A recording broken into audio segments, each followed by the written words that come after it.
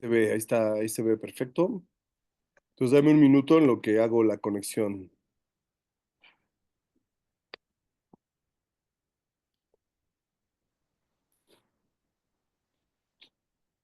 ¿Está bien el clima para ustedes o lo pedimos?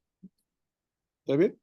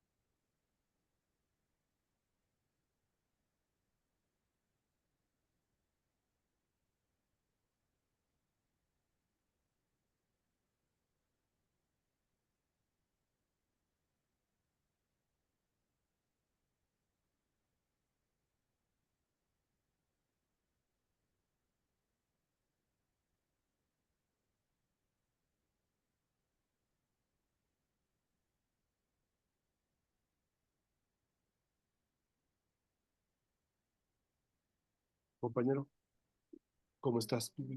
No se puede cerrar la toma para acá, ¿verdad? Solamente hasta nuestro compañero, el coordinador, ¿Qué termina su sesión? termina en... Pues ya tenemos, ¿no? Yo creo que sí, déjame te digo ahorita. No hay un descuento, ¿no? Son 40. Termina en 50:43.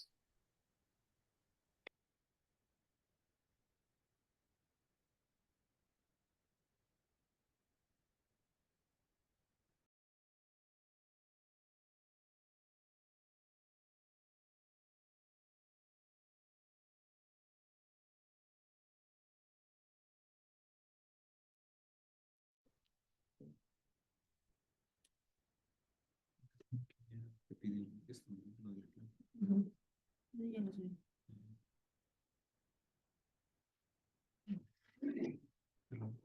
¿Está bien? ¿Verdad? Porque él le puse y Así está bien, así está bien. Yo me voy a recorrer un poquito para acá. ¿Te puedes tú poner al centro? ¿Qué te parece ahí? Yo me recorro.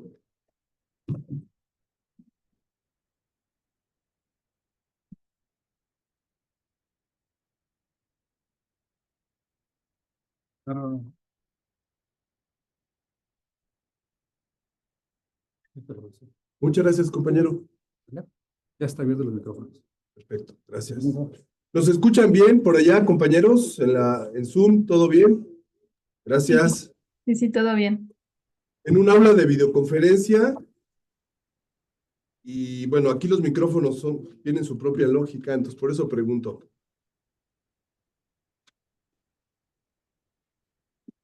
Sí, sí, escuchamos bien. Nosotros también los escuchamos perfectamente. Voy a apagar. Ah, no, ya está apagado. Bueno, pues si les parece, podemos arrancar. Bueno, pues buenas tardes a todos. Muchas gracias por acompañarnos. Vamos a llevar a cabo esta actividad académica. Primero que nada, les damos la bienvenida, les enviamos un saludo. Estamos en el aula de videoconferencias del edificio E, segundo piso, aquí en la Universidad Iberoamericana, Ciudad de México, para llevar a cabo esta actividad académica que consiste en la presentación de este libro que fue publicado recientemente, que se titula La investigación publicitaria en México, Desafíos y transformaciones durante la pandemia, coordinado por Marco Tulio Flores Mayorga y Raúl Santos Morales. Así que agradecemos a los coordinadores la oportunidad de que llevemos a cabo esta actividad académica. Esta es una actividad académica del área académica de posgrados del Departamento de Comunicación. Aquí tenemos la maestría en comunicación y el doctorado en comunicación. Y estamos, además de llevando a cabo la actividad vía Zoom con nuestros invitados, estamos llevando a cabo la actividad, también la transmisión a través de la página de Facebook de nuestro departamento. Y pues bueno, les enviamos primero que nada un saludo, muchas gracias por acompañarnos. Bueno, me presento, mi nombre es José Samuel Martínez López, soy académico del Departamento de Comunicación y responsable también de la maestría en comunicación. Y me acompaña aquí mi colega, el doctor Carlos Rodríguez Arechavaleta, que él es coordinador del doctorado en comunicación.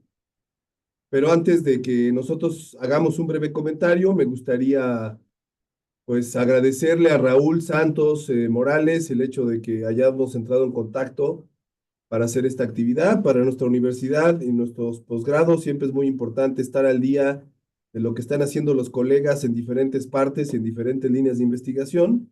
Y bueno, tratándose de un tema tan importante como lo es la publicidad,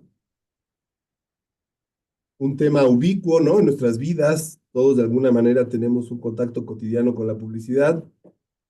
Sorprendentemente, a pesar de el aluvión de información que hay sobre publicidad en los medios, académicamente hay muy poca investigación en México, a pesar de que se han hecho esfuerzos, la atención a la publicidad no tiene el peso que debería de tener en las universidades. Y bueno, por eso felicitamos a todos los autores y a los coordinadores de este libro por haberse animado a publicarlo, justamente porque llenan huecos que son necesarios para nuestro campo académico. Así que Raúl, pues muchas gracias. Te cedo unos minutitos la palabra para saludarte y agradecerte nuevamente esta posibilidad de que llevemos a cabo esta actividad. Muchas gracias, pues de verdad es un honor y un placer que nos hayan apoyado con este espacio en estos momentos entre híbrido y virtual digital.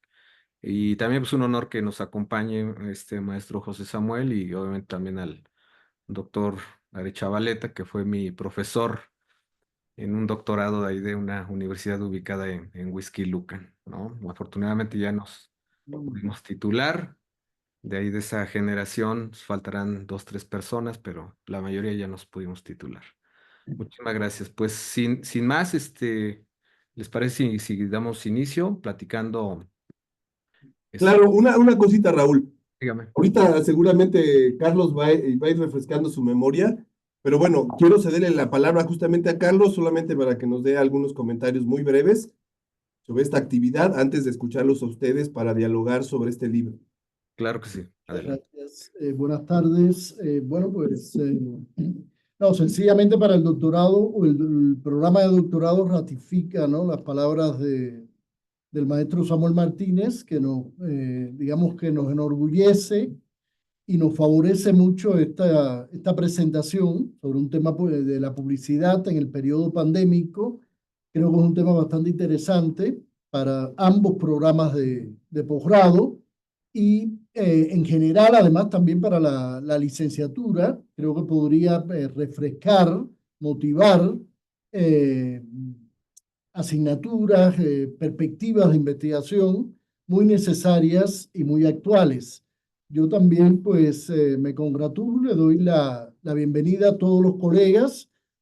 Muchas gracias, Raúl, por esta referencia, ¿no? Recuerdo perfectamente esa primera generación del doctorado en comunicación aplicada en la Universidad de Huixquilucan hace ya una década, ¿no? Un poco más.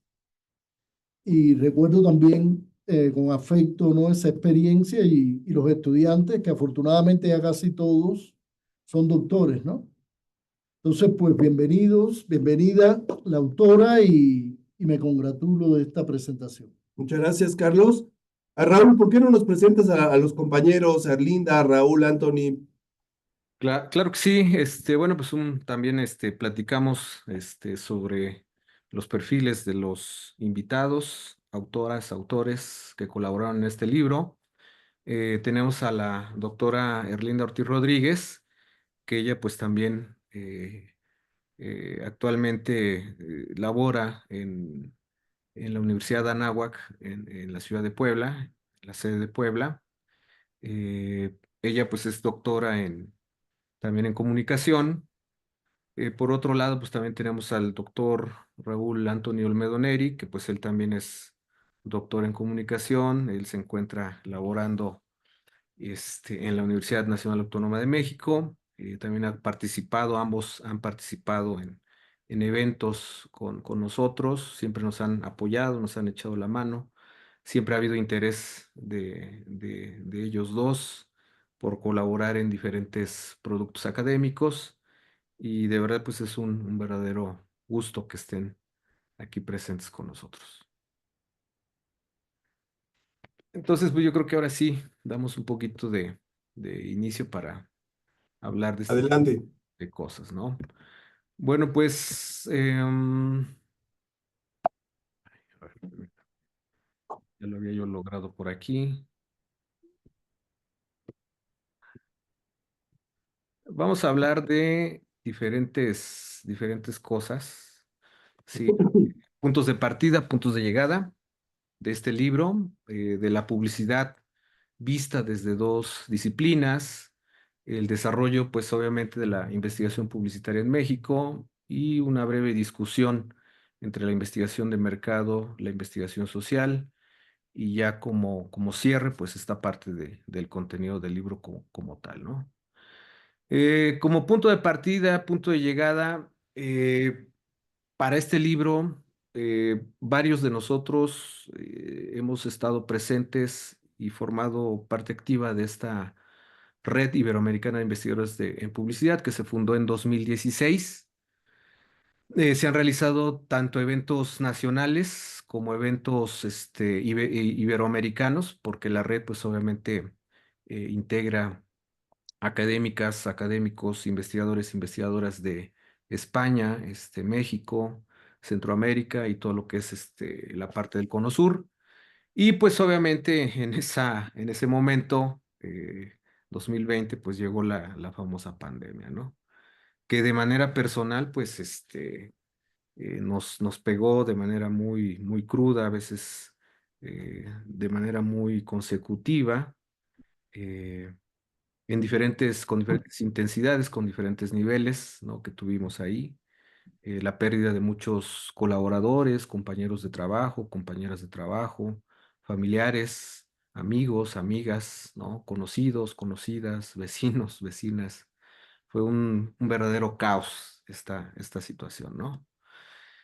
Como punto de llegada, pues en 2022 eh, es el Centro Universitario de Ciencias Económico-Administrativas de la Universidad de Guadalajara, nos hizo la invitación en el apoyo para poder desarrollar este libro colectivo que previamente se había trabajado, ¿sí? Y obviamente, pues tardó ahí un proceso de edición, hubo obviamente un proceso previo en el trabajo de estas diferentes investigaciones hasta que afortunadamente hace unos meses, en este año 2024, pudo finalmente salir a la luz este producto académico, ¿no?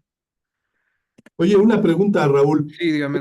Esta red de investigación es la que, bueno, no sé si estuvo ahí involucrado en su fundación Antonio Caro. El doctor Antonio Caro, ¿Sí? exactamente. ¿Es la misma? Es O la yo me misma. confundía, pensé que era otra. Es la misma entonces. Es la misma, de hecho hay otras redes por aquí en Iberoamérica que también funcionan con otros parámetros, con otras actividades, pero sí es la misma que fundó el doctor Antonio Caro y que próximamente, pues en unas semanas más va a haber también el evento internacional que toca o ser hospedado en esta ocasión precisamente por la Universidad de Guadalajara nuevamente, ¿no?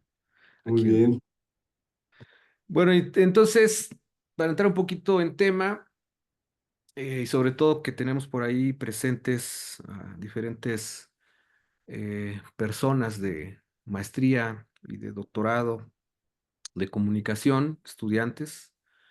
podemos analizar o entender un poco a la publicidad desde dos grandes puntos de partida, ¿no? En 1992, Don Schultz, Stanley Tannenbaum y Robert Lauterborn sacaron este libro, Comunicaciones Integradas de Mercadotecnia, juntar todo y hacer que funcione. Y más o menos de manera paralela, pues nace también la famosa comunicación estratégica, ¿no? Con Daniel Chason, Management y Fundamentos de la Imagen Corporativa, ¿no? Se han escrito algunos textos, creo que un poco más el doctor Daniel ha escrito textos sobre esta historia curiosa de cómo aparecen estos libros. Por ahí los podrán ustedes más o menos localizar en internet, pero digamos que nace en un ámbito mercadológico y nace en otro lado con un ámbito de comunicación, incluyendo esta parte de la imagen, que también por ahí podríamos vincularla incluso con el diseño, ¿no? El diseño gráfico.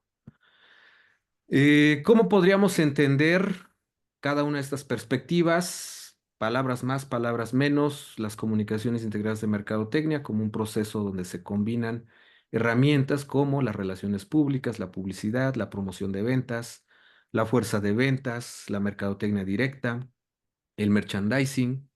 En este caso, seis elementos que forman parte de estas comunicaciones integradas que se refuerzan entre sí para obtener cierto tipo de respuestas de las personas como un cambio de actitudes y un cambio de conducta.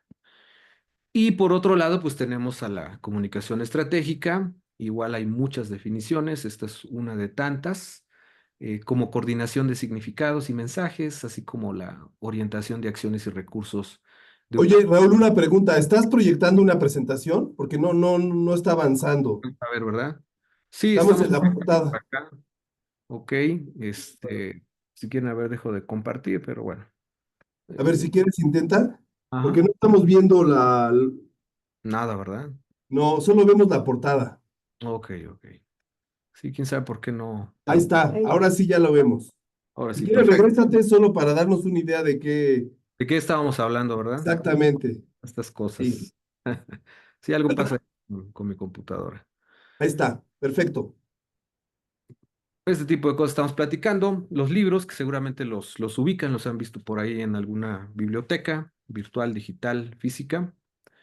Y estas cosas que platicábamos, ¿no? Seis elementos de las comunicaciones integradas versus siete elementos de la comunicación estratégica, donde se incluyen esos seis elementos de la mercadotecnia, además de cuestiones de identidad, cuestiones de asuntos públicos, cuestiones de nuevas tecnologías, cuestiones de protocolos y ceremonias, cuestiones de redes de trabajo, cuestiones de comunicaciones integradas de marketing, esto que estábamos comentando hace un momento, con la finalidad, pues obviamente, de fortalecer, incrementar la imagen, la identidad, la credibilidad, la confianza y la reputación de una organización, ¿no? Además de motivar, persuadir y atender expectativas de diferentes públicos o grupos de interés con los que precisamente interactúan, ¿no? Entonces son estos siete bloques, ¿no? Estos siete bloques que de lo que se trata, pues, es de gestionar, acompañar y armonizar estas siete cosas, estos siete bloques. Entre ellos, pues, obviamente entra la publicidad, ¿no? ¿Esto a qué nos lleva? Pues a platicar estos dos grandes orígenes también de la publicidad y de la investigación en México. Esta parte académica, que si ustedes se dan cuenta, está más nutrida o ha sido más nutrida, ¿no? Desde universidades, precisamente como la UNAM, la misma Universidad Iberoamericana, la Universidad Veracruzana, algunos otros institutos e instituciones educativas como el Instituto de Mercadotecnia y Publicidad, la Universidad de la Comunicación, organizaciones que pues también conocemos, como la Asociación Mexicana de Investigadores de la Comunicación, a la IC, la otra red que comentaba yo que opera también en Iberoamérica, que es RELAIP, y en este caso también REDIPUB, ¿no? Mientras que en la parte profesional, pues tenemos a la famosísima Asociación Mexicana de Agencias de Investigación, la AMAI, y diferentes revistas que de una u otra manera también han aportado a esta cuestión de la investigación publicitaria en México, ¿no? Revistas como AdZebra, revistas como Neo, revistas como El Publicista, revistas como Creativa, revistas como Merca 2.0, ¿no? Eh, lo que hicimos entre el doctor Marco Tulio, coordinador de este libro, y su servidor, pues es que estuvimos revisando varios documentos importantes, en este caso libros de investigación eh, social y libros obviamente también de investigación de mercados, por lo que con esta revisión, tanto de libros, principalmente la mayoría de autores anglosajones, pues llegamos más o menos a poder armar este tipo de tabla, ¿no? Por un lado, la investigación de mercado, muy enfocada, o perdón, con un menor rigor científico, mientras que la investigación social con un mayor rigor científico, menor profundidad de un lado, mayor profundidad del otro. Algo que también me parece que es muy importante recalcar, generalmente, si no es que en el 99.9 o la mayoría de los casos, un 100%, en las investigaciones de mercado generalmente no hay una epistemología, una perspectiva teórica que guíe dicha investigación, mientras que del otro lado, pues es como que la piedra angular, ¿no? Para poder desarrollar una investigación, ¿no? En la parte de mercado, pues casi todo se queda en un nivel exploratorio y descriptivo, mientras que la investigación social alcanza un nivel correlativo, un nivel explicativo, ¿no? Por un lado también tenemos un carácter aplicativo o aplicado y por otro lado un carácter básico puro, mientras que en la investigación de mercado, incluso los mismos autores que comentábamos hace un momento o se mostraban hace un momento, no, y ellos incluso piden o recomiendan que no se use una teoría, una perspectiva teórica, por lo tanto, queda de lado esa operacionalización teórica, mientras que la investigación social, pues sí es fundamental, ¿no? Así como una operacionalización metodológica en ambas partes. En esta parte, pues ya del contenido del libro, es un libro que cuenta con 189 páginas, 11 capítulos, 20 autores en total, de los cuales 9 son mujeres, 11 varones. Están involucradas 9 universidades, 2 editoriales, y más o menos pues es el resultado de un proceso de trabajo de 4 años, ¿no? Nosotros, por un lado, pues quisimos que este documento hubiese salido pues casi al mismo tiempo que todavía estaba la pandemia, pero por cuestiones precisamente pandémicas hubo ahí algunos problemas con la producción y el lanzamiento de este libro. Por eso estuvo como que relegando y tardando muchísimo en salir a producción. Entre estos 11 capítulos encontramos documentos, textos muy interesantes como cambios en la publicidad durante la pandemia, esta cuestión de las tecnologías y el aumento del sedentarismo, el virus que vende, que es parte de aquí del doctor Raúl Antonio Olmedoneri, que en un momento platicará un poco más de su capítulo. También encontramos cosas sobre o tenemos cosas sobre publicidad de productos alimenticios, reacciones del consumidor mexicano en redes sociales ante la iniciativa gubernamental del etiquetado frontal, la publicidad digital utilizada en la industria de la moda textil y sus efectos en el comportamiento del consumidor, sobre todo en esta parte de las compras compulsivas, estrategias mercadológicas y publicitarias en pozolerías de Chilpancingo Guerrero ante la COVID-19, beneficios y aprendizajes del Community Manager en la pandemia, perspectivas de egresadas en publicidad y relaciones públicas de la Universidad de Colima, las tecnologías y aplicaciones emergentes de la comunicación, la mercadotecnia y la publicidad en la enseñanza de las relaciones públicas, las relaciones públicas en las organizaciones del tercer sector como parte de la comunicación publicitaria durante la pandemia, que aquí la doctora también platicará y comentará un poquito más a profundidad en unos momentos más. También tenemos ya en el cierre del libro estrategias de comunicación publicitaria y comercial de todos esos festivales de música, cómo operaron también durante la pandemia, que si ustedes recordarán, muchos festivales se cancelaron, obviamente por las condiciones sanitarias, y recurrieron a estos eventos virtuales digitales, ¿no? Eventos, conciertos virtuales digitales. Y en mi caso, pues hablamos de publicidad y capital social. También un poquito más adelante vamos a platicar a profundidad de eso. Y finalmente cerramos el libro con un texto sobre memes e ironía en entornos virtuales respecto a la estrategia política de propaganda y publicidad del ex candidato presidencial Ricardo Anaya rumbo a lo que todavía era en ese momento el 2024, ¿no? A través, manejando este gran concepto de la mezcla de la política y el entretenimiento, el politainment. Entonces, pues, sin más, le cedo la palabra a la doctora Erlinda para que nos... Oye, Raúl, Sí, dígame. quizá para no mezclar temas, si nos permite, Linda, un minutito, creo que sería importante, Sí, sobre todo dígame. aquí que tenemos estudiantes del posgrado. Ujú, ujú. Pareció muy buena la introducción que hiciste, sobre todo planteando este paralelismo histórico, pero también de rivalidad, entre comillas, Así es, de las comunicaciones integradas de marketing y la perspectiva de comunicación estratégica, ¿no? así es. Entonces me gustaría si nos detenemos unos minutitos ahí. Claro, claro. Mira, porque efectivamente, como tú lo planteaste,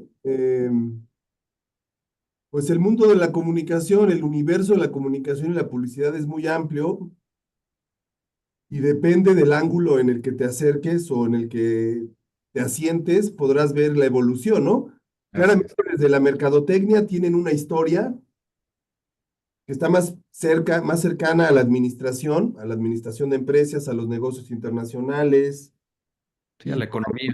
y por ahí pegan de alguna u otra forma con el tema de finanzas y con el tema de economía.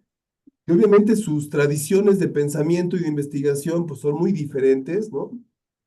Claro. Y en el caso de la publicidad, y es muy bueno siempre aclarar eso, la publicidad es una forma de comunicación, siempre, que entra en el terreno de la comunicación justamente, porque dentro de la mercadotecnia, como disciplina, como ciencia, como conjunto de métodos y técnicas en mercadotecnia, una de las patitas de todo ese proceso es la comunicación publicitaria. Y por razones, pues, tienen que ver con el desarrollo de nuestro país, con el crecimiento de las empresas y la economía como la hemos vivido en este último siglo, digámoslo, por el capitalismo, la forma en que ha evolucionado en México. Del lado de las escuelas de comunicación, como es nuestro caso, solo nos quedamos con esta pequeña patita de la publicidad y dejamos de lado, lamentablemente, ahorita, por ejemplo, que Carlos hablaba de la carrera de la licenciatura. Nuestra licenciatura fue la primera carrera que se creó en México de comunicación hace más de 60 años. Sin embargo, hoy en día no hay propiamente materias de mercadotecnia en nuestra licenciatura, por razones históricas internas, ¿no? Yo sé que sí hay algunas materias de mercadotecnia en otras carreras de comunicación, en la nuestra no la hay, pero me llama mucho la atención y por eso quiero ponerlo sobre la mesa este tema de tomar decisiones, ¿no? De qué tan importante es que los estudiantes de comunicación, incluso los de posgrado, tú ya me dirás tu experiencia en la NAGUA con los otros compañeros, Erlinda o Raúl Anthony, en la UNAM, un estudiante de comunicación de posgrado prácticamente no ve nada de mercadotecnia y no conoce o conoce muy poco de mercadotecnia, a menos que se meta a ese mundo por otra vía, que no son las escuelas de comunicación, ¿no? Ya sea trabajando en una agencia de publicidad, trabajando con mercadólogos o con economistas o con gente que está al frente de marcas o de empresas o de campañas, ¿no? Y me parece muy sintomático eso, porque sí, definitivamente es un conocimiento que se ha hecho de lado en comunicación, pero que se requiere, ¿no? Ahora, en el otro extremo, en mercadotecnia, en finanzas, en administración de empresas, en negocios internacionales, conocen muy poco del proceso de comunicación, prácticamente no se acercan a la teoría de la comunicación, a la teoría de los medios. Y la parte creativa, la parte del diseño del mensaje publicitario, la parte de la medición, ahora es más fácil, ¿no? Por todo lo que sabemos, de todas las herramientas tecnológicas que hay para medir el impacto publicitario, pero también hay una carencia del otro lado en ese aspecto, ¿no? Ustedes, como coautores, como participantes de este libro, ¿cuál es su posicionamiento? El tema de la comunicación estratégica es un tema que en algunas universidades se asume como tal, pero en otras se le critica a la postura de la comunicación estratégica. Incluso en muchas escuelas, universidades, le siguen llamando comunicación organizacional o comunicación en las organizaciones. ¿Cuál es su posición ustedes, su punto de vista sobre esto? Antes de pasar a escuchar a Erlinda. Claro que sí. Doctora Erlinda, si gusta comentar al respecto, y si quieren, luego el doctor Anthony, y ya comentaré yo al final. Por favor, gracias. Muchas gracias. Sí, bueno, la verdad que es una pregunta muy importante que me parece que no la estamos realizando la mayoría de las personas que estamos en este ámbito. Yo tuve la oportunidad también de diseñar justo un posgrado dentro de la NAWAC, pero este posgrado sí es Mercadotecnia y Comunicación Estratégica, pero sí van separados porque, o sea, a pesar de ser un posgrado, sigue teniendo la mirada de un mercadólogo y la mirada de un comunicador estratégico. Ok, Y a veces no logramos hacer este match, ¿no? Ya cuando te das cuenta en el proceso de estarla aplicando, pues empiezas a ver esas, como decía, esas debilidades, esas patitas falsas. Pero aquí sí es muy importante, me parece, todo el trabajo que hacemos como investigadores en la comunicación, porque justo viene desde los enfoques, desde las escuelas, desde los países y por supuesto que cada uno tiene su historia, su evolución. Y para mí me parece que la comunicación estratégica es la que tiene que empezar a estar presente. Sí, por supuesto, la comunicación organizacional en su momento, la llamamos así porque es esta comunicación que se aplica en las organizaciones, pero esta mirada de comunicación estratégica integral que nos permite tener diferentes comunicaciones en una organización a partir de un director de comunicación, que eso es lo que debemos nosotros ir formando, sobre todo a los jóvenes de posgrado y que en las licenciaturas pues puedes estarte formando en publicidad, en mercadotecnia, en relaciones públicas, pero que puedan ellos entender que parte de una comunicación estratégica todas estas disciplinas y que no es lo mismo estrategias de comunicación que comunicación estratégica. Esa comunicación estratégica es un todo, es una complejidad dentro de las organizaciones y que justo dentro de la comunicación estratégica está la propia comunicación mercadológica y entonces ahí se va a desprender esta comunicación publicitaria. Y en el caso un poco yo adelantada a mi capítulo, yo hablo de las RP y que está dentro de la comunicación estratégica, pero desde la mirada de la comunicación corporativa, ¿no? Y aquí, como ya decía el doctor, podemos sacar a muchos autores desde... por ejemplo, la propia doctora Ribeil, ¿no? Que hablaba de 5 comunicaciones, o Margarida Crolin, que ella dice que son 4, o el propio Joan Costa, que él en su momento ajá. las resumió como 3 comunicaciones, pero al final del día son comunicaciones estratégicas que tenemos que estar realizando con cada uno de nuestros públicos a partir de un mensaje rector.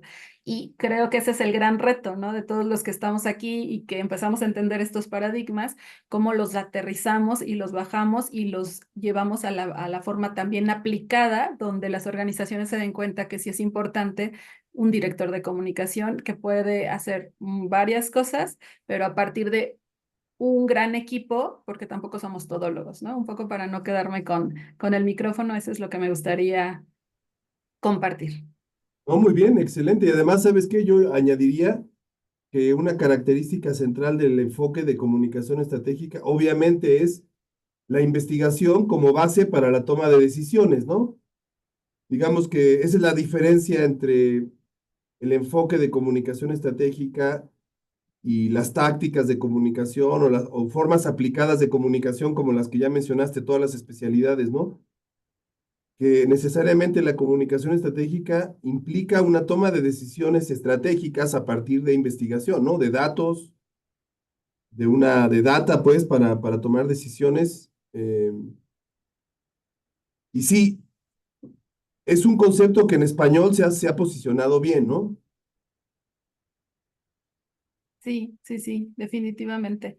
Y sí, creo que de ahí parte la comunicación estratégica del diagnóstico. Si nosotros no tenemos diagnósticos, pues entonces justo está pasando, o que me parece que pasaba con las personas que se dedicaban a la comunicación, que generaban estrategias, como en algún momento lo decía Carlos Bonilla, ¿no? Meros escopetazos al aire, pensando que esto es lo que puede funcionar, pero en la actualidad no es así. En la actualidad tenemos que hacer estas investigaciones profundas y te das cuenta que como especialista en la comunicación, pues no nada más tienes que tener ciertas habilidades, sino todavía una serie de habilidades más complejas para que puedas entonces demostrar los resultados, porque nosotros hablamos de muchos intangibles y esos intangibles hay que hacerlos visibles a través del diagnóstico, a través de la monitorización de nuestras estrategias ya aplicadas y por supuesto de la evaluación de resultados, para que las organizaciones se den cuenta de la importancia de la comunicación en todo lo que ellos hacen, ¿no?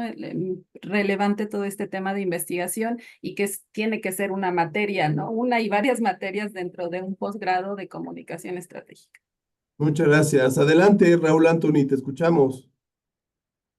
Hola, pues buenas noches a todos y a todas. Es un gusto que estén en esos espacios aquí con los colegas de la Ibero, porque siempre es importante el diálogo, no solamente disciplinario, sino también incluso hasta interinstitucional, sobre todo para mostrar estos elementos que nos permiten enriquecer los procesos de construcción del conocimiento y de formación educativa, ¿no? Por ejemplo, acá en la UNAM, pues está la maestría en comunicación, pero pues como está enfocada en este ámbito mucho más de las líneas que generan los diferentes profesores y profesoras de la facultad y bueno, del programa, pues no tienen o hay muy poca presencia del ámbito publicitario, ¿no? O del ámbito de la comunicación estratégica, y esto deriva quizá en cierta medida también de que muchos de los estudiantes que egresan de nuestra facultad a nivel licenciatura, pues están muy enfocados como en esta parte del desarrollo profesional. Es decir, creo que también esto es un elemento importante a mencionar, que esta a veces ausencia de la investigación en comunicación estratégica, en publicidad, en estas áreas, pues va de la mano también con la falta de interés en ese proceso más allá de lo práctico, ¿no? Es decir, ellos se enfocan en el ámbito profesional, que está muy bien, pero que en este otro ámbito, como ya mencionaba mi tocayo Raúl, el doctor Raúl, pues también va muy de la mano con esta falta de profundidad y sobre todo la escasez de investigaciones en estos ámbitos que son muy importantes y que nos obligan de una u otra manera a quienes damos clases y a quienes formamos parte de estos otros espacios de formación educativa, pues a entablar estos diálogos, ¿no? Creo que la ciencia social por excelencia que nos obliga a hacer diálogos es la comunicación, no solamente con ciencias sociales específicas, sino con otras de orden económico-administrativa, como ya que mencionó la doctora Erlinda, ¿no? Entonces, va muy de la mano con esa dimensión y sobre todo pensar en que esta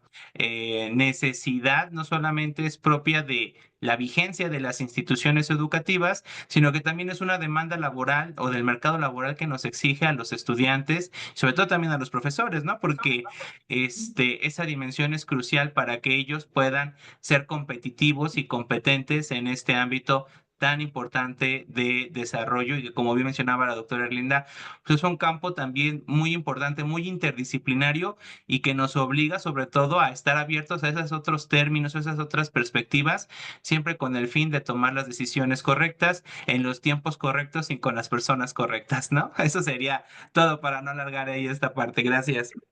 De acuerdo.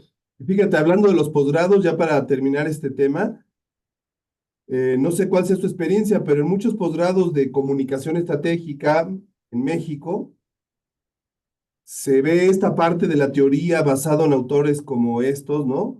Los más emblemáticos, ¿no? Como Jason, pero otro tipo de teorías de comunicación se descartan, ¿no?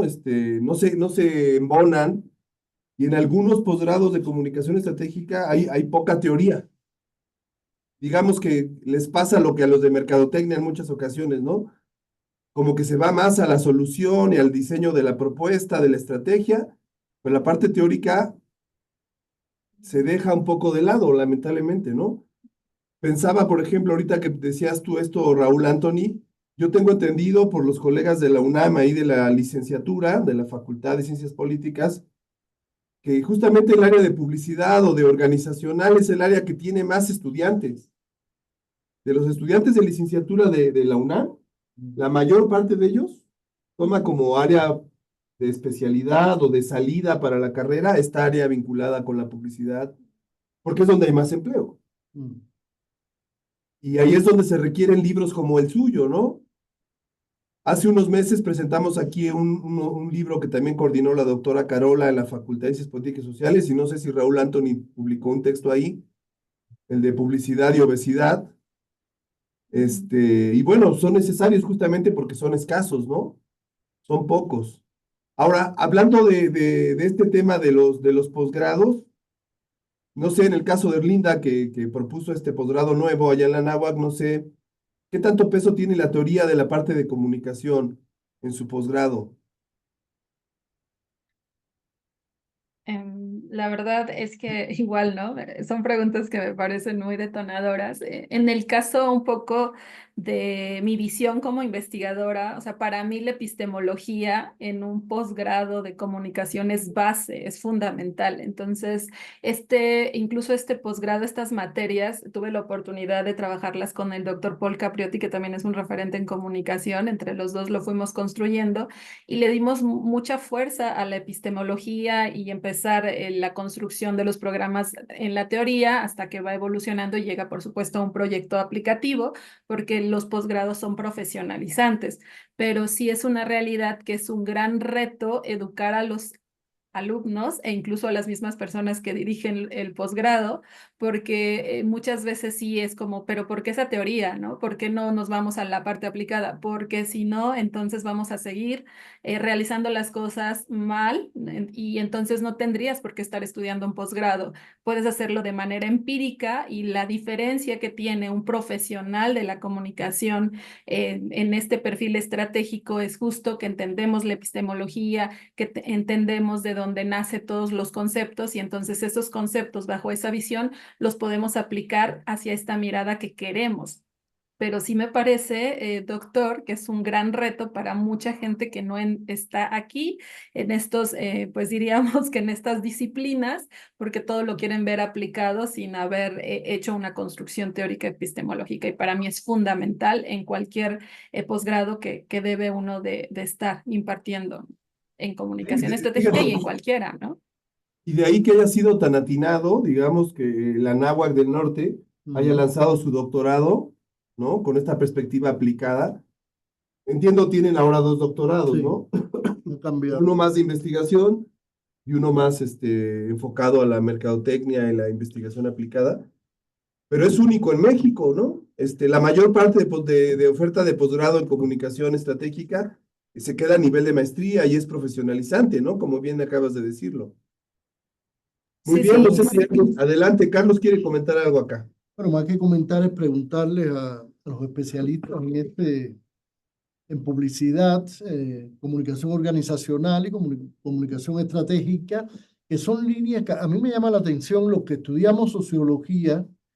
Yo recuerdo que conocimos en los estudios clásicos uno de los desarrollos incipientes que tuvo en el siglo XX la sociología fueron las teorías de grupos y los estudios organizacionales. Fue como una especie de antecedente para la implosión de todas las estrategias publicitarias en el capitalismo de la posguerra.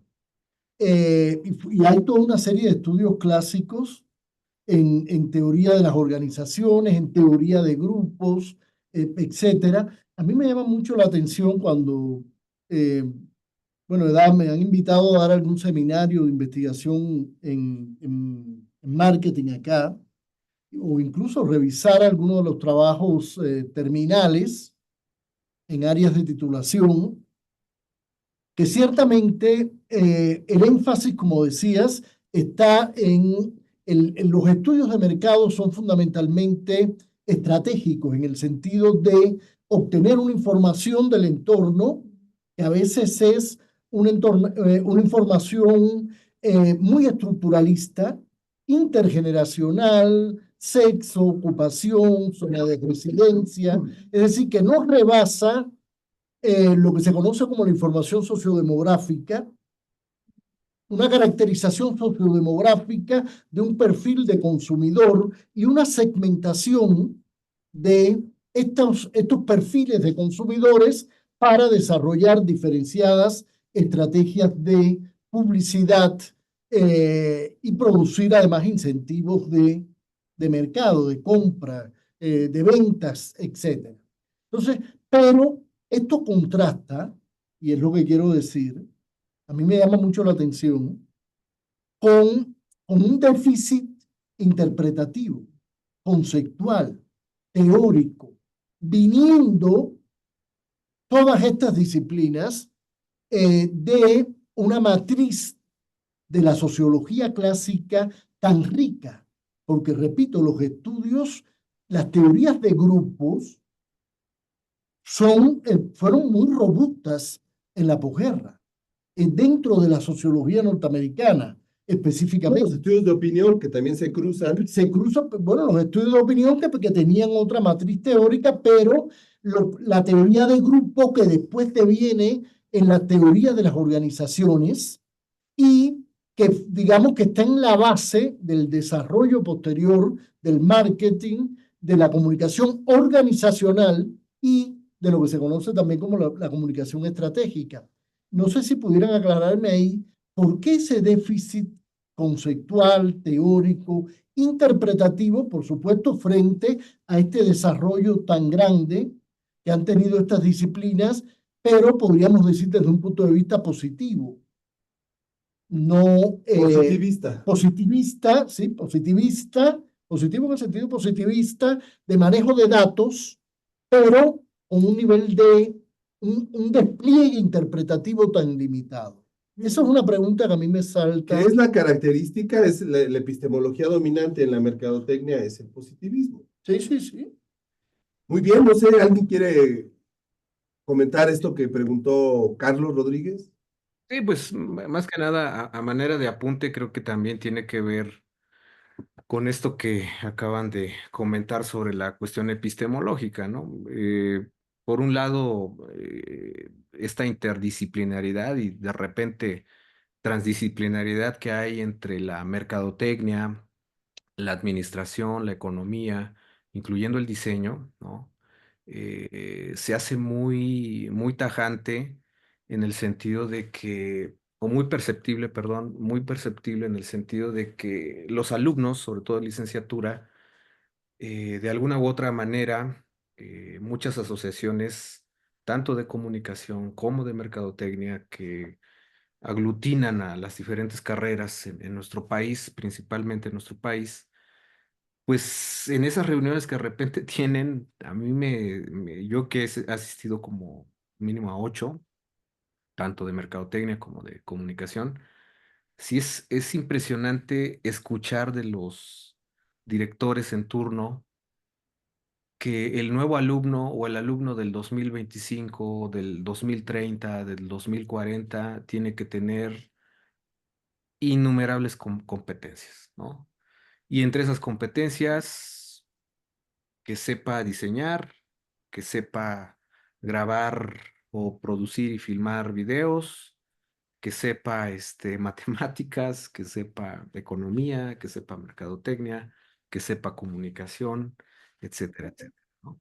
Y del otro lado, lo igual, ¿no? En su momento en estas asociaciones, pues se pide lo mismo para el futuro egresado en comunicación. Y me parece que yo algo que, por ejemplo, hago, he hecho siempre mucho énfasis en esta parte epistemológica, pues cuál es el objeto de estudio que puede tener tanto la mercadotecnia como la comunicación, ¿no?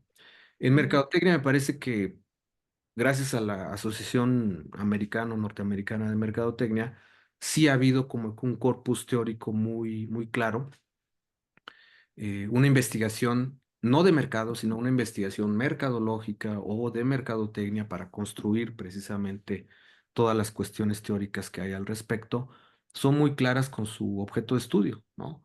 Su objeto de estudio es el valor, ¿no? Ya sea la oferta de valor, la propuesta de valor o en su otro momento, la creación de valor, ¿no? Que tiene que ver con esta parte creativa, que tiene que ver con esta parte precisamente de producción y comunicación, ¿no? Y por el otro lado, pues tenemos este enorme problema que conocemos incluso no solo desde los posgrados, sino desde la licenciatura, esta complejidad de poder tener en comunicación una sola definición de lo que es la comunicación, ¿no? Yo sigo más o menos casado con la definición de comunicación como esa interacción social, ¿no? Sin embargo, hace unas semanas atrás me tocó estar presente en una conferencia de nuestro querido, seguramente ustedes también lo conocen y seguramente es amigo de ustedes, el doctor Carlos Vidales, que de manera muy atrevida y muy enfática dio su propia definición de la comunicación como un principio de organización de todos los sistemas y de la vida misma, ¿no? De la vida misma. Entonces, esta cuestión, incluso el doctor Vidales, pues la ha abordado en el sentido de que, ¿qué enseñamos? En un artículo que tiene por ahí del año pasado, ¿qué enseñamos cuando enseñamos comunicación? ¿No?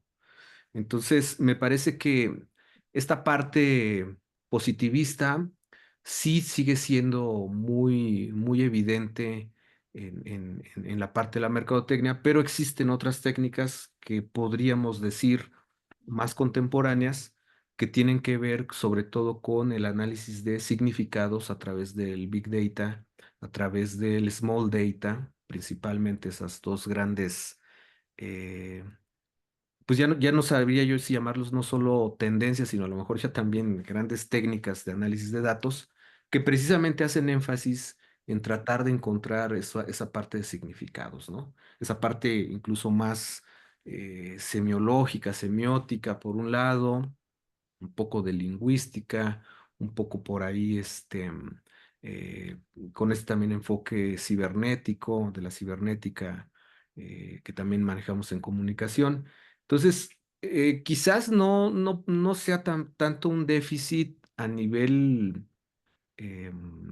teórico, sino más bien un déficit a nivel pragmático y profesionalizante, ¿no? Me parece que es más por ahí.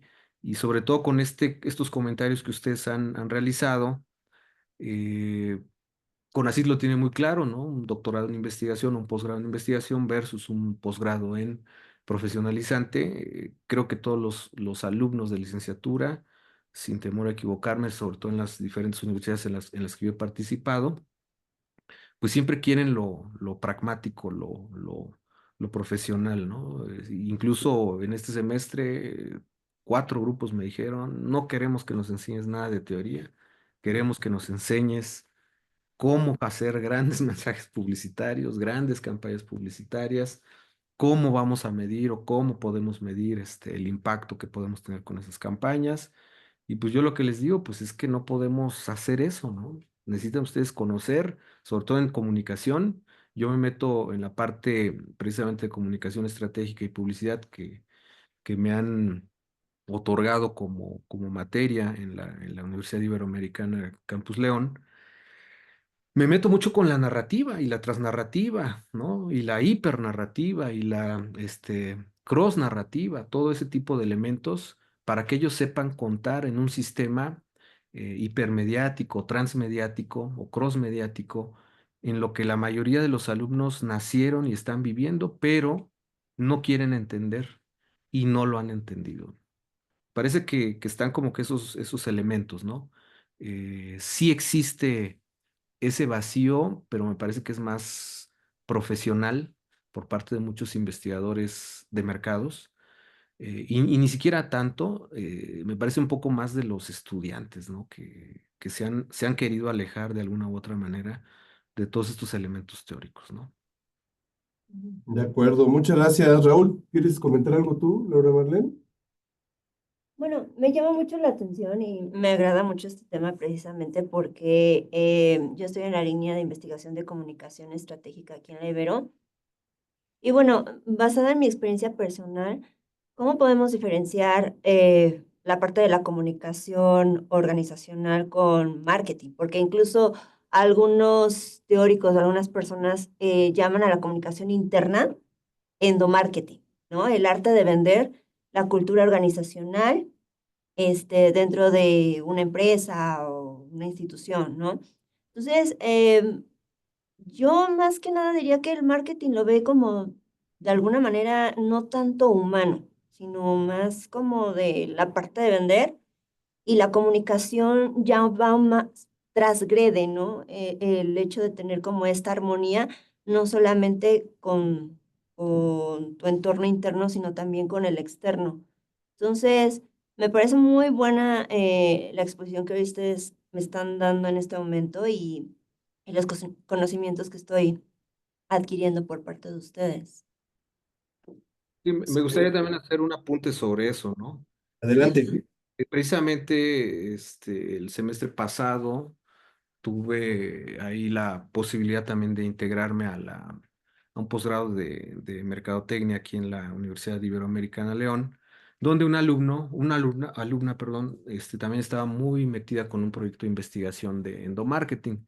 Entonces, yo lo que platicaba con ella en ese momento, en esa materia, que me tocó estar con ella, comentaba que, como lo acaban de mencionar hace un momento, efectivamente hay un enfoque muy visceral hacia lo económico, pero cuando hablamos de oferta de valor como objeto de estudio o como propuesta de valor o el valor en sí mismo dentro del marketing, Ujú, generalmente los alumnos y la gente que está alejada de la academia, pues cree que estamos hablando únicamente del valor económico, ¿no? ujú, Pero también existe un valor social y un valor simbólico, ¿sí? Podremos decir un valor cultural, ¿no?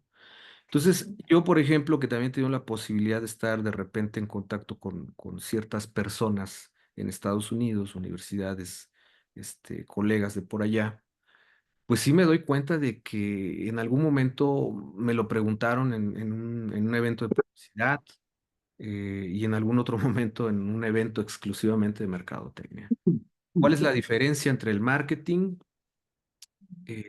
anglosajón y cuál sería la diferencia con el marketing latinoamericano y podría yo incluir el iberoamericano?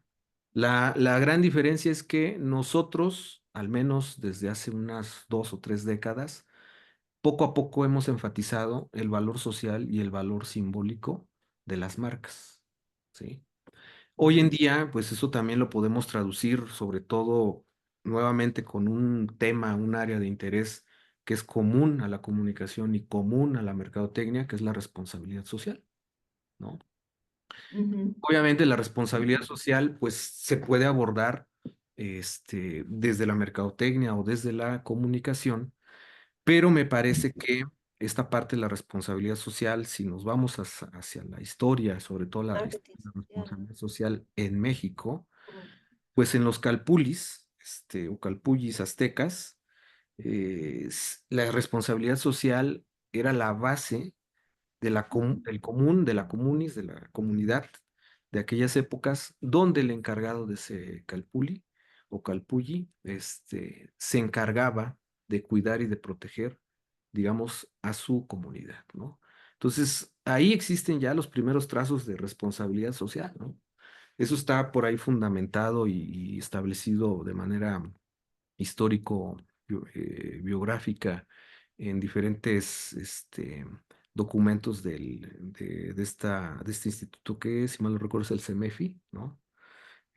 Por ahí aparecen esos documentos, pero al final del día, por un lado hablamos en el mundo anglosajón muy enfatizado el valor económico y de este otro lado hablamos un poco más del valor cultural y del valor social. Eso no quiere decir que en el mundo anglosajón, Estados Unidos, Canadá, Gran Bretaña, Nueva Zelanda y Australia, no se hable de valor simbólico o no se hable de valor social, ¿no?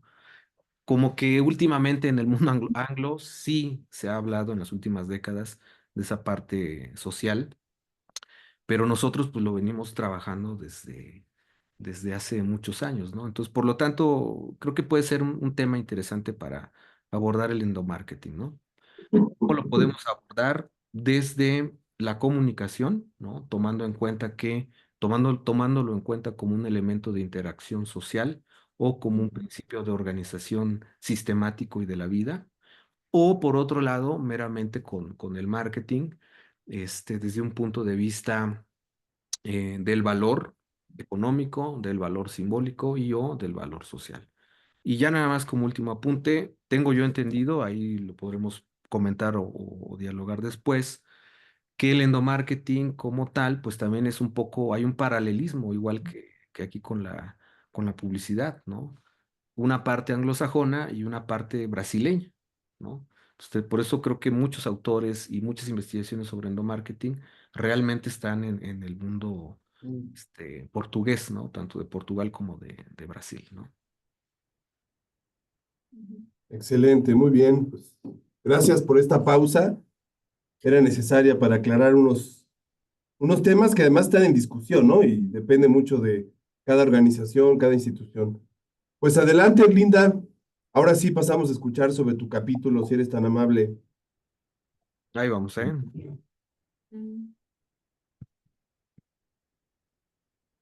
Muchas gracias.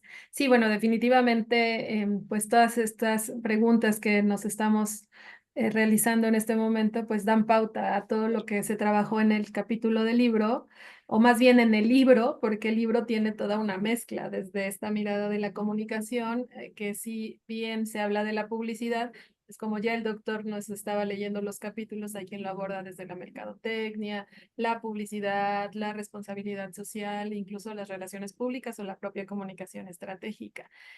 No quisiera extenderme, voy a tratar de ser como muy sintética en mi capítulo y si ustedes después me quieren realizar alguna pregunta, pues estoy aquí lista, ¿no?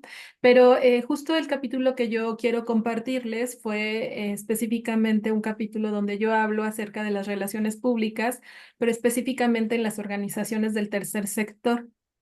Para mí, desde hace 15 años, las organizaciones del tercer sector se han convertido en una organización muy importante como objeto de estudio. ¿Por qué? Porque hablando de la comunicación estratégica e incluso estos temas de mercadotecnia, la mayoría de las personas cree que se puede aplicar únicamente en el sector público o en el sector privado.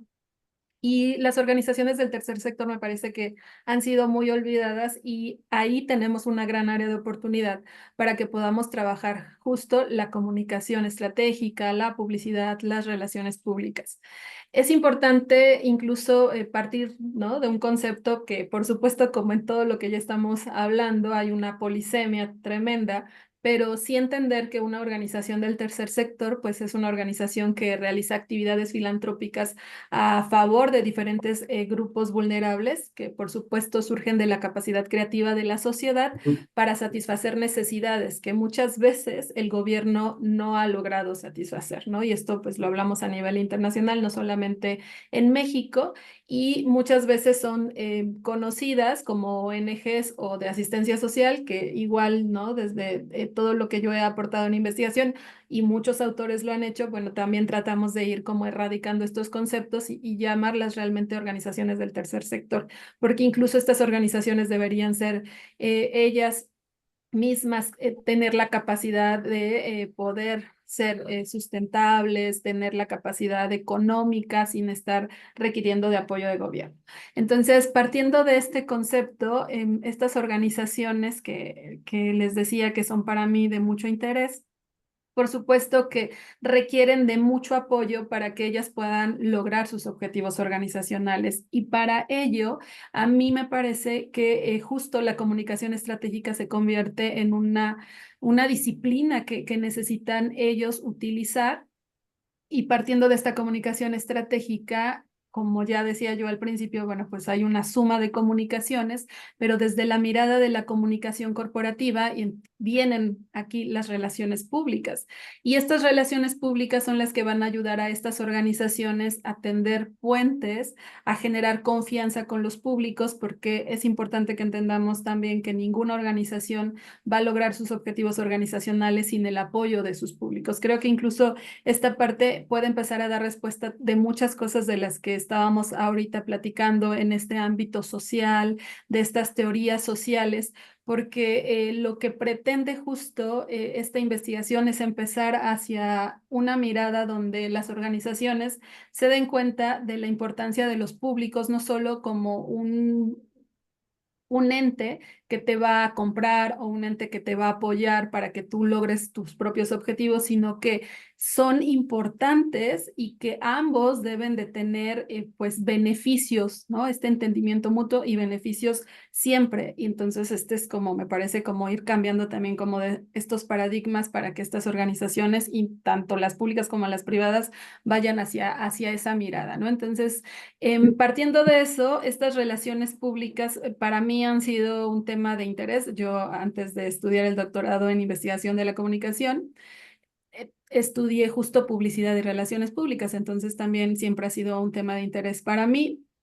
Y estas relaciones públicas parten desde una epistemología que a mí me interesa mucho siempre, que es justo la de James Gruning, que habla de los 4 modelos de relaciones públicas, donde estos modelos son 4 y han evolucionado. Lo que llama la atención es que a partir de una evolución y que en este 2024 las organizaciones deberían estar utilizando el 4.º modelo o incluso ya un 5.º modelo, siguen centradas en un modelo unidireccional donde únicamente hay una linealidad y que esta linealidad pues incluso llega a términos que ya no deberíamos estar utilizando como términos de manipulación, ¿no? Pero centrándome un poco en este orden de estos 4 modelos, es el modelo de agente de prensa, que fue la base teórica para esta investigación, que justo es un modelo lineal donde existe énfasis nada más en el emisor, y en ese caso el emisor es la organización.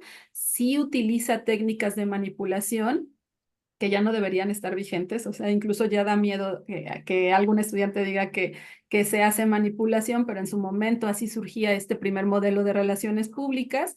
Y por supuesto, todas las acciones que se hacen de relaciones públicas son más a nivel táctico operativo y que están, por supuesto, cero apegados a la ética, y que lo que buscaban las organizaciones era pues proyectar una imagen positiva a cualquier precio, ¿no?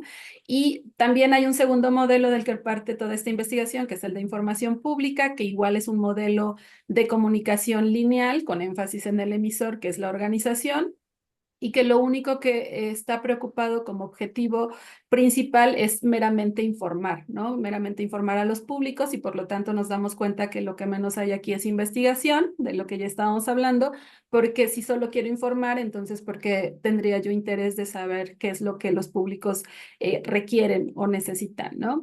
Y también tenemos, por supuesto, ya una evolución a un tercer modelo, donde ya este modelo deja de ser lineal, es un modelo bidireccional, y este modelo ya es un modelo que llamamos bidireccional asimétrico, y que este modelo, por supuesto, que empieza ya a cambiar, ¿no? Al ser bidireccional hay una retroalimentación, al ser bidireccional me importa lo que quieren mis públicos, pero todavía este interés de mis públicos es un poco para que yo genere estrategias para que ellos se adapten a lo que yo requiero como organización.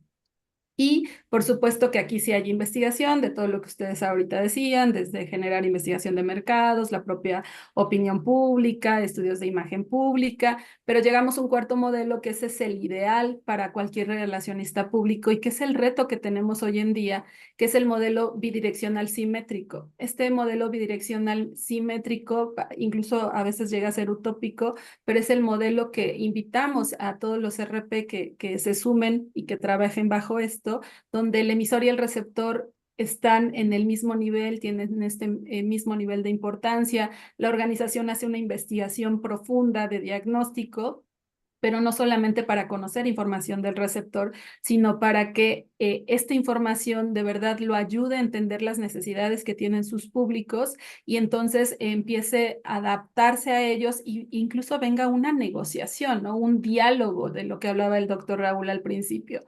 Y a partir de estos 4 modelos, lo que pues yo hice en esta investigación fue tomar a 30 organizaciones, 15 de España y 15 de México. Y sí quisiera resaltar esta parte, que son 30 organizaciones que están muy preocupadas por la transparencia, muy preocupadas por cambiar y modificar sus actitudes, porque incluso están certificadas por la Fundación Lealtad y por la Fundación Confío en México, y por supuesto que están acreditadas y están cumpliendo con sus acciones. Entonces me pareció muy importante analizarlas y bueno, pues el resultado, un poco para que no me extienda en ello, pues resulta que siguen estas organizaciones, a pesar de estar generando acciones de transparencia y estar muy interesadas en cambiar, y sí les interesa a sus públicos y cuidar su imagen y su reputación, pues se han quedado todavía en un nivel segundo, el modelo que hablaba yo, que era el segundo modelo, que es el de información. Y entonces eso nos lleva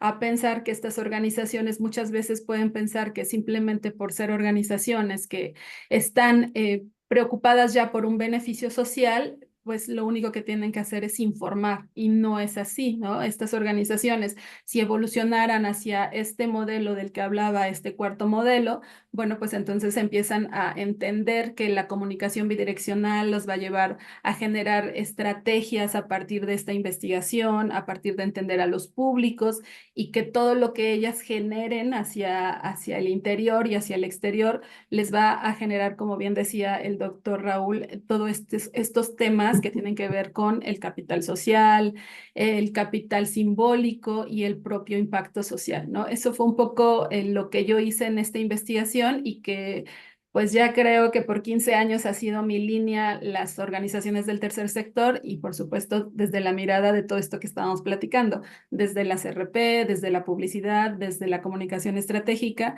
Yo desde la mercadotecnia la aprecio y la respeto mucho, pero sí yo tengo una visión más integrada, ¿no? Donde la merca está dentro de la propia comunicación estratégica. Y eso es Muy un bien. poco lo que yo investigué en este capítulo, y que compartí en su momento cuando se publicó. Y bueno, eso es lo que quería compartirles. No sé si tengan alguna pregunta. Muy Muy sintética. interesante, no, muy interesante, Linda, muchas gracias, fuiste muy clara. Pues en primer lugar, pues sí hay que destacar que las organizaciones del tercer sector son un poco, pues, están marginadas, ¿no? Lamentablemente, a pesar de que hay miles, ¿no? Aunque no tantas como debería de haber en México por todos los problemas que tenemos, ¿no? Pero hay bastantes. Y lamentablemente no hay suficientes especialistas que piensen su funcionamiento desde el punto de vista de la comunicación, ¿no? Y algo tan específico y tan especializado como las relaciones públicas, todavía más. Por eso, qué interesante esto que nos planteas, y además qué necesario. ¿Cuántas organizaciones de este tipo, no gubernamentales, sin fines de lucro, se morirían por tratar de acercarse a este tipo de información, ¿no? Pienso que todo el que tiene o que encabeza una organización sin fines de lucro requiere resolver una serie de problemáticas que seguramente tu artículo, tu capítulo podrían ayudarle con estos 4 modelos, ¿no? En los que te basaste.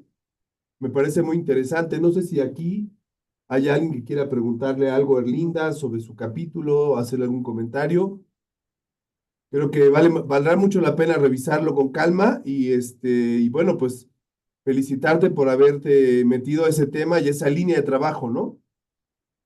Gracias. Sí, y bueno, nada más para como un comentario adicional, me parece que justo los estudiantes de comunicación pues empiecen a visualizar que no solamente está lo privado, porque muchas veces entramos siempre a dar clases y a enseñarles todo lo que podemos hacer en una empresa comercial con fines de lucro, o a lo mejor en el sector gubernamental, pero estas están olvidadas, y me parece que ahí hay una gran área de oportunidad para el relacionista público, el mercadólogo, el publicista, el comunicador estratégico. Porque a veces dicen las personas que están estudiando esto, ¿y ahora qué hago, no? ¿A dónde voy?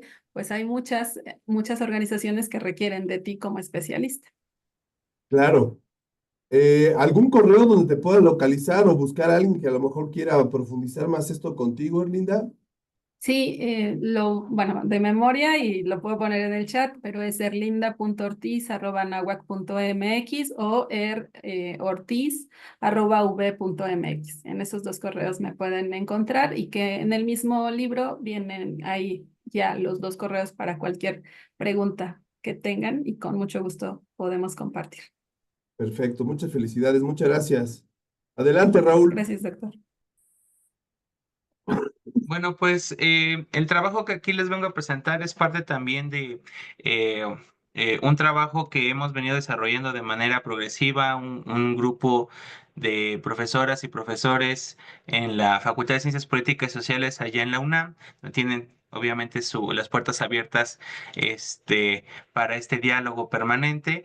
Este grupo pues obviamente está liderado por la doctora Carola García Calderón, el seminario interdisciplinario de comunicación e información, y pues ahí hemos ido trabajando sobre todo en la preponderancia de fomentar o incentivar aproximaciones teóricas y analíticas en torno a la publicidad, ¿no? Esta publicidad como una industria cultural y creativa que tiene implicaciones sustanciales en la vida cotidiana, como ya lo mencionaba en un inicio, pues casi es inevitable que la veamos o que interactuemos con la publicidad, ¿no? Pero pensándolo ya en el contexto de la pandemia, me parece importante que ese fenómeno social, epidemiológico, sanitario, de grandes eh, trabajos y sobre todo transformaciones, pues implicó sobre todo procesos de dislocación, desajustes en la vida cotidiana, de dejar esos espacios presenciales a pasar todo a la virtualidad, pues vinieron a generar diversos problemas, ¿no? Y eso es algo que afectó también el cómo se hacía la publicidad y cómo se pensaba la publicidad. Entonces, en ese proceso, la publicidad, sobre todo, siempre pensándolo en su dimensión económica y cultural, pues no deja de estar articulada con el sistema capitalista y tener una función para incrementar o mantener las ventas, así como esta función cultural, que es sobre todo fijarse en la mente de los consumidores, establecer articulaciones y sobre todo fijar sentidos entre las marcas y sus respectivos valores de uso, valores simbólicos, como mencionaba el doctor Raúl, va muy de la mano con estas dimensiones, porque pensar la publicidad en tiempos de pandemia, pues implicó que las industrias, las marcas y las agencias revalorizaran las promesas de venta y pudieran plantear nuevos escenarios para que sus productos y servicios fueran más atractivos, ¿no? Y uno en ese proceso de dislocación, lo que vino a traer la pandemia es que generó la oportunidad para que diversas marcas y sectores productivos aprovecharan esta incertidumbre, esta falta de información.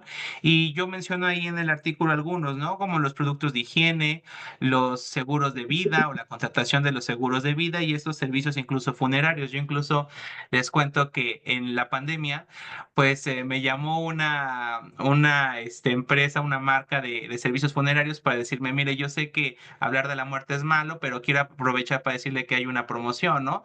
4 lugares por uno, ¿no? Entonces, cuando yo le pregunté, bueno, ¿y cómo llegó a mi número? Ah, es que un ser, una amistad suya, nos compartió su número y dije, no, pues dígame el nombre, pues para poder regresarle la atención, ¿no? En esa La dinámica. Entonces, bendición. sí, claro, claro, ¿no? En esas partes. Entonces, esta situación de desarticulación, de desajuste, fue aprovechado por algunas industrias. Entonces, a partir de eso, yo me enfoqué en analizar el discurso publicitario de dos marcas de productos de higiene, ¿no? Es decir, cómo es que estas marcas, en el contexto mexicano, aprovecharon esta incertidumbre, esta nueva necesidad, que incluso retomando, pues, algunos textos que siguen siendo, vamos a decir así, clásicos para la enseñanza de la publicidad, que es de Vance Packard, que habla de las formas ocultas de la publicidad, pues nos dice que ante este contexto, pues la publicidad nos ofreció de ciertos productos, nos ofreció la promesa de darnos seguridad, ¿no? Entonces, ¿qué más seguridad? El hecho de tener productos de higiene que nos garantizaran que eliminaban el 99.9% de los virus, incluyendo el COVID, ¿no? Entonces, esa dimensión me pareció muy importante porque era una forma de capitalizar la pandemia para poder mantener o posicionar o mejorar el posicionamiento de esas marcas dentro del imaginario de los consumidores y consumidoras mexicanos. Por eso es que el título del capítulo es El virus que vende, es decir, más allá de la dimensión negativa, es cómo estas marcas a través de la narrativa publicitaria aprovecharon esa incertidumbre, esa inseguridad para ofrecer esos productos como aquellos que te podrían salvaguardar y proteger más allá de los contagios que pudieras tener en la vida cotidiana o en estos procesos de interacción drásticamente reducidos, ¿no? Entonces, a partir de ello, lo que buscamos en esta dimensión es sobre todo teorizar, como bien mencionábamos aquí al inicio de esta presentación, que a veces el problema de estos procesos es que falta mucho estas aproximaciones teóricas, ¿no? Y para poder abonar en el caso de la publicidad, pues tenemos también que plantear estas formas en cómo su articulación económica y simbólica se dan en la vida cotidiana. Yo solamente para apuntalar estos elementos con la finalidad de que también les interese leer no solamente mi capítulo, sino en general todo el libro que nos habla de elementos muy importantes como el contexto besogénico, la sedimentación de la publicidad digital en el contexto mexicano. Yo quisiera destacar una relación muy importante que tiene la publicidad con la vida cotidiana. La publicidad y la vida cotidiana se articulan de dos formas específicas, ¿no? La primera va muy de la mano en que la vida cotidiana alberga un conjunto de recursos simbólicos, narrativos, identitarios, que la publicidad echa o toma en cuenta o recupera para construir su narrativa. Y en ese sentido, pues crea estos símbolos como por ejemplo esta marca de refrescos que nos habla de la familia o esta otra marca de refrescos que nos habla, por ejemplo, de que es un producto mexicano, ¿no? Enalteciendo esta nacionalidad, este carácter identitario. Y por otro lado se encuentra esta relación en que la vida cotidiana es el escenario donde estos productos pues modelan, pasan, ¿no? Destacan sus funciones, sus símbolos, ¿no? Y nos van mostrando estas tragedias cotidianas que nosotros tenemos y que ellos apuntan a que pueden resolver, ¿no? Desde aquellas que dicen que nos dan el blanco más blanco hasta otras que, como yo les decía en este caso de los productos de higiene analizados, pues te ofrecían en términos generales la posibilidad o la garantía de que ibas a estar protegido ante el COVID, aunque en términos generales estaba iniciando apenas la pandemia en el marco de cuando hice ese trabajo, ¿no? Entonces, después de este análisis que es en términos cualitativos, pues enunciamos y analizamos estos dos productos, estas dos marcas, e identificamos que en el contexto de la pandemia, una marca no podría decir yo curo el COVID o yo te protejo 100% del COVID. Tuvo que haber o tuvieron que buscar estas marcas para aprovechar de manera efectiva el contexto pandémico, tuvieron que afianzarse en una dimensión científica. Y para ello, los dos productos o las dos marcas que analizamos en el contexto de la pandemia, en Estados Unidos se hizo una tal llamada lista N. ¿A qué se refiere esto de la lista N? Era una lista que se promulgaba en Estados Unidos donde aparecían aquellos productos que mencionaban que se podía o que estaban garantizados desde un punto de vista científico en que ayudaban justamente pues a reducir el contagio de COVID o a eliminar el virus, ¿no? Por así decirlo. Entonces estas marcas lo que hicieron fue sobre todo entrar en esa lista para poder tener este respaldo científico y a partir de ello establecer toda una campaña publicitaria que le diera dentro del contexto mexicano esta dimensión de solamente nosotros nos encargamos y nos aseguramos porque estamos certificados por una institución estadounidense en estos procesos, ¿no? Entonces, esa dimensión me parece muy interesante porque dentro de esos hallazgos, pues nos damos cuenta que lo único que tenían de nuevo es que tenían un ingrediente activo que era común para muchos de los productos sanitarios que tenemos en nuestro mercado. Y ese activo, pues, es el hipoclorito de sodio.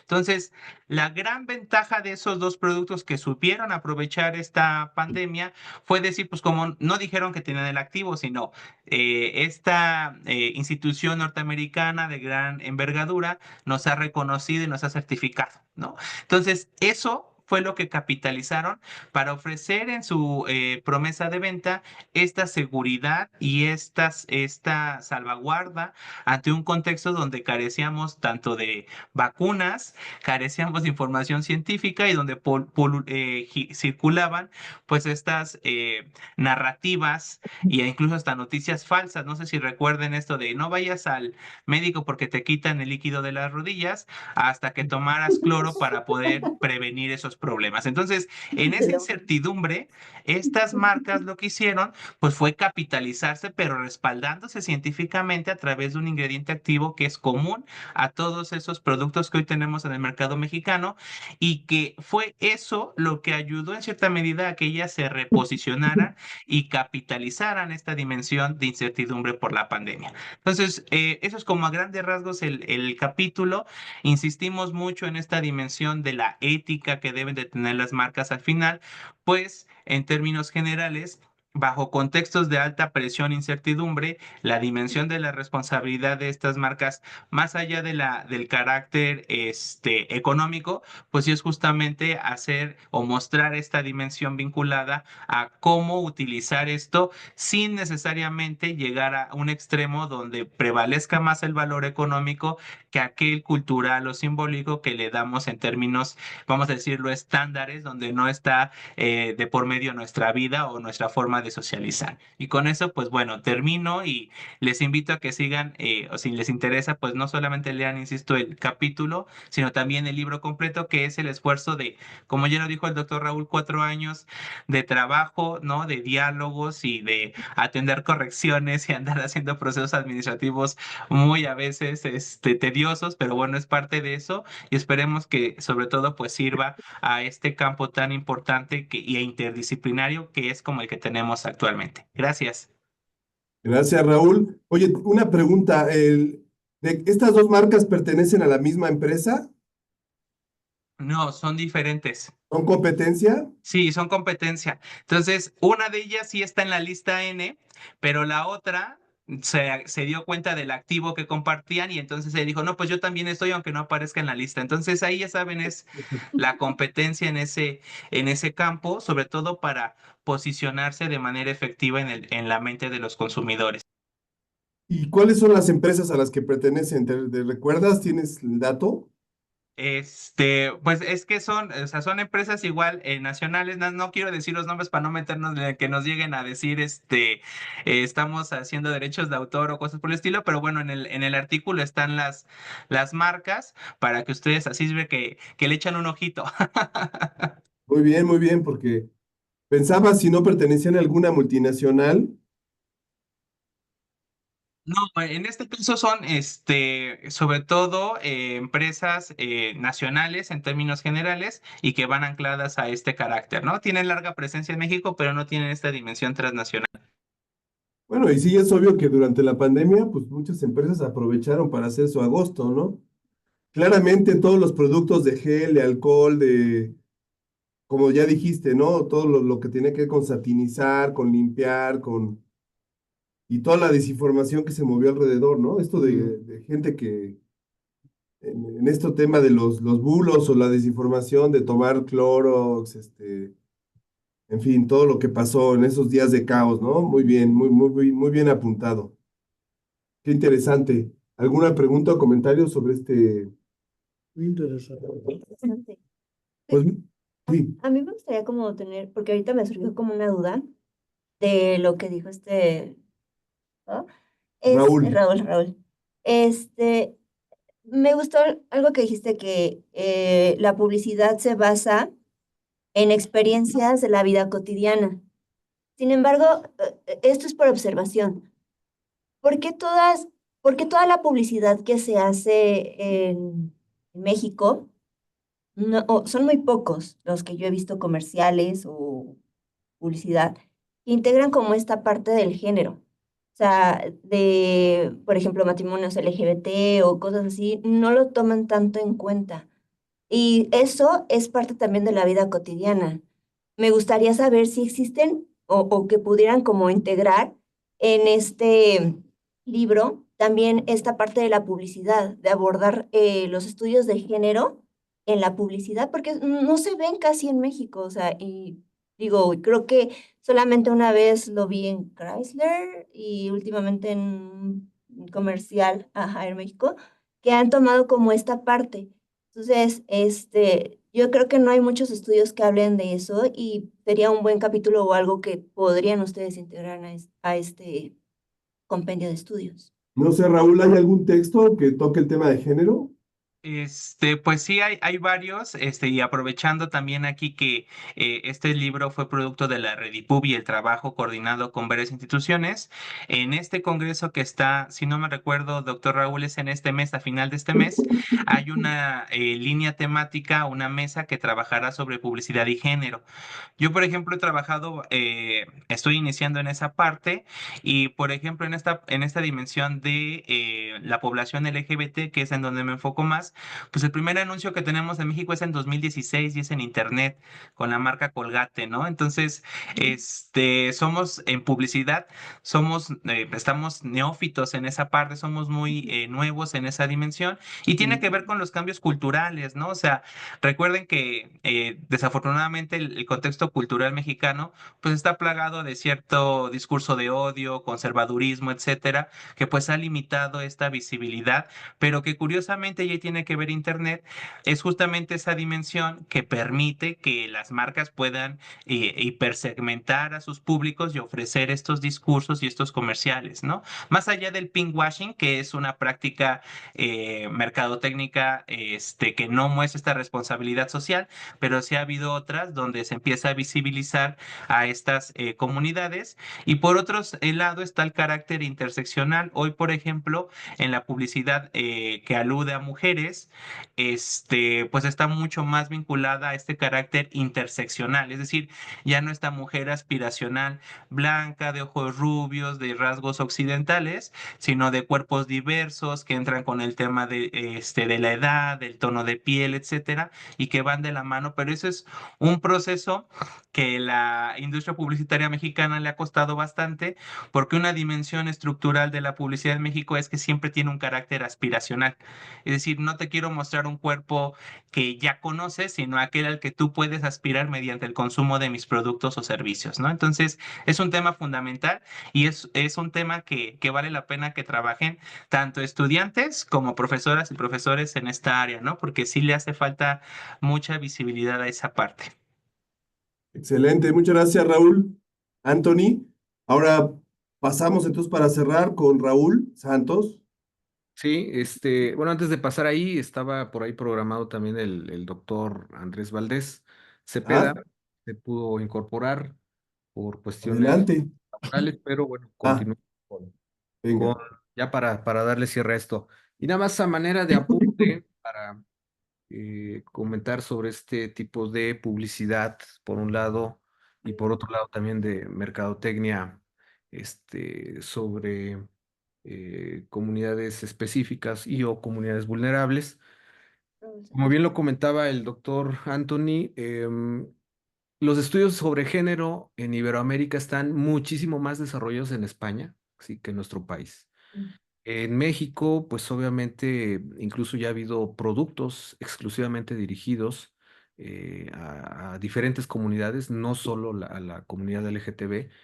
Hoy en día, por si no lo sabían, uno de los grandes trendings a nivel casi global es el silver market o el mercado gris, el mercado de la tercera edad, ¿no? Que también es un tema muy Ujú. importante, ¿no? Incluso por lo mismo, pues hay ya productos específicos para la comunidad LGTB, servicios específicos para la comunidad LGTB. De hecho, uno de los grandes galardones que pudo obtener, si mal no recuerdo, una agencia mexicana el año pasado, 2023 o 2022, más o menos recientemente, fue un comercial de Doritos, ¿sí? Exclusivamente enfocado a la comunidad LGTB. Si tú lo buscas ahí en el canal de YouTube de Doritos México, lo vas a encontrar, porque es más o menos una producción que tiene que ver mucho con muy similar a la película de Coco, ¿no? Pero con un mensaje dirigido hacia este tipo de comunidades, una postproducción, producción, un guión maravilloso, impresionante, ¿no? Y ya como tercer apunte, tratando de responder a esta gran inquietud que me parece que también hay muchas personas en muchos lados universitarios de licenciatura que la tienen. En la materia que me toca impartir de publicidad, pues sí, abordo también esta parte estética. Se comenta o comentamos a nivel teórico que tenemos tres vertientes, ¿no? En términos estéticos. Esta parte que tú comentas y que tú enfatizas de por qué no mostrar la realidad, ¿no? Que es esa parte, el extremo, un extremo, vamos a ponerle un extremo izquierdo, que es esta parte del realismo, ¿sí? Ujú. Versus el surrealismo, ¿no? Que es esa parte aspiracional que comentaba aquí el doctor Anthony. Y en medio tenemos, pues, algo que, no, que se combina perfectamente, sobre todo en Latinoamérica y específicamente en México, que es el surrealismo mágico, ¿no? Entonces, Ujú. estéticamente tenemos esas tres versiones. ¿Por qué las comento? Porque al final del día, en México y sobre todo en Latinoamérica, hay una gran corriente de directores creativos, una gran corriente de directores de agencia que están muy enfocados en hacer exclusivamente publicidad realista de la calle, ¿no? Donde se maneja precisamente esa frase de que la publicidad son ideas que nacen en la calle para regresar a ella, ¿no? Y por otro lado, pues está esta otra versión que lo comento de manera muy general, es que cómo es posible de que si yo vierto cierto líquido en una cubeta de agua, el mechudo empieza a moverse de manera mágica, ¿no? Entonces, este tipo de publicidad también hay otras agencias que se especializan y están casi casadas en hacer ese tipo de mensajes surrealistas versus que es un mínimo, este realismo estético, este realismo publicitario, por así decirlo, que manejan ya ciertas agencias, ¿no? Entonces, nada más a manera de apunte. Y ahora sí, pues, comento ya para cerrar esta cosa del capítulo que me tocó a mí desarrollar sobre publicidad y capital social en las organizaciones, ¿no? De manera cuantitativa, lo que se hizo fue, pues, medir precisamente el capital social en diferentes tiendas departamentales mexicanas durante la pandemia, como por ejemplo Coppel, Liverpool, Sears y Suburbia, ¿no? Esto con el objetivo, pues obviamente, de conocer cómo se estaba gestando el capital sociodigital en YouTube, el intercambio precisamente de conocimiento, el intercambio de información que se genera en esta plataforma a través de la teoría de una de las, quizás a lo mejor no tan conocida, pero por eso me gusta a veces rescatar teorías de este tipo, que en este caso era, o es más bien la teoría del capital social y el intercambio de información y conocimiento propuesta por la doctora Marlene Huisman, ¿no? Ella es de origen holandés, está allá en la Universidad Holandesa y precisamente, pues ella nos habla de diferentes elementos en esta teoría, capas estructurales, condiciones cognitivas, condiciones correlacionales. Y la idea, pues, fue rehacer una relectura de su propuesta teórica aplicada a YouTube, ¿no? Entonces, ¿qué fue lo que tratamos de ejemplificar? Lo pongo en dos términos un poco muy a nivel CONACYT.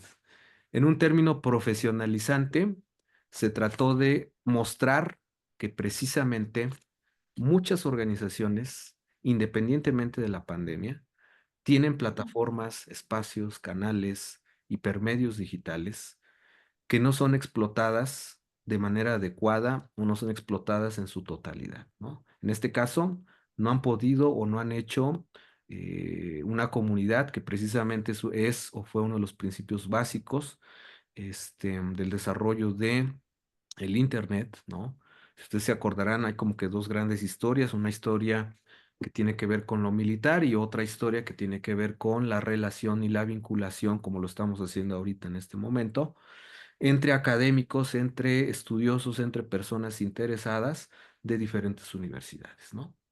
Entonces, lo que se hizo con en esta investigación, que sí fue de carácter meramente positivista, cuantitativo, fue precisamente ver cómo se estaban construyendo en términos de datos, en términos de contenidos, de números de contenidos, todo este tipo de publicidad que se desarrolló durante la pandemia, ¿no? En diferentes años de que duró la pandemia.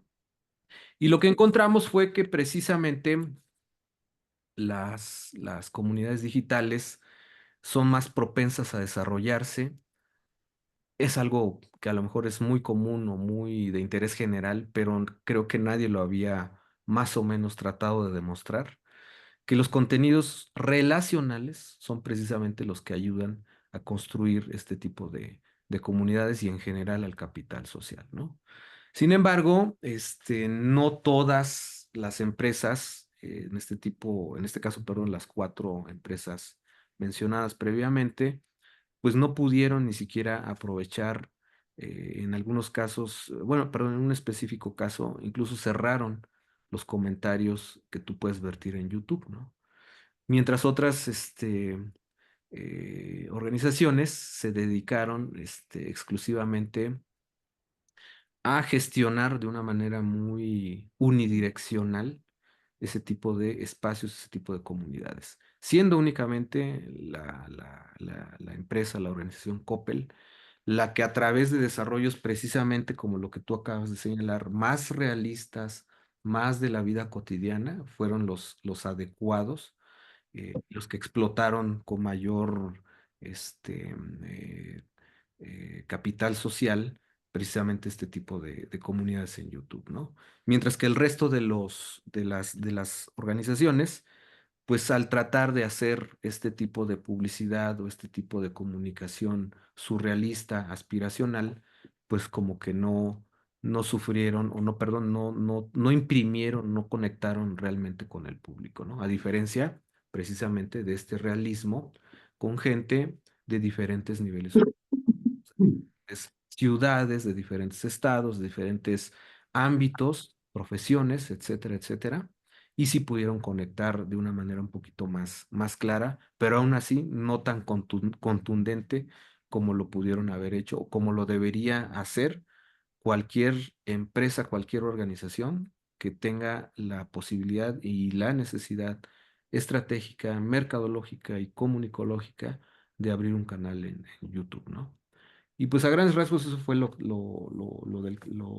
que se plasmó en este capítulo.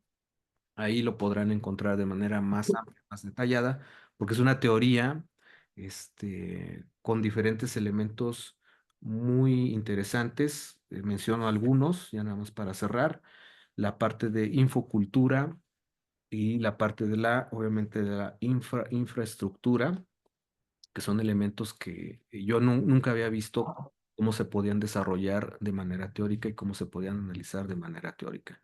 De ahí el por qué utilizar también esta teoría, ¿no? De esta doctora. Muy bien, interesante. Ahora, esta teoría, ¿cómo la podrías deslindar o desmarcar de lo que serían relaciones públicas? O ahí se confunden ambos terrenos.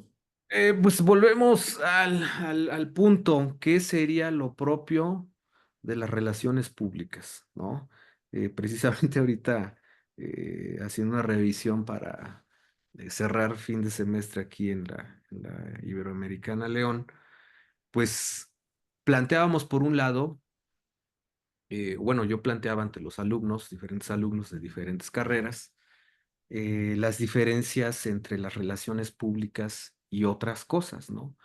Uno de los elementos fundamentales que podemos mencionar es que la parte de las relaciones públicas tiene que ver precisamente con la gestión de la comunicación con los grupos de interés, ¿no?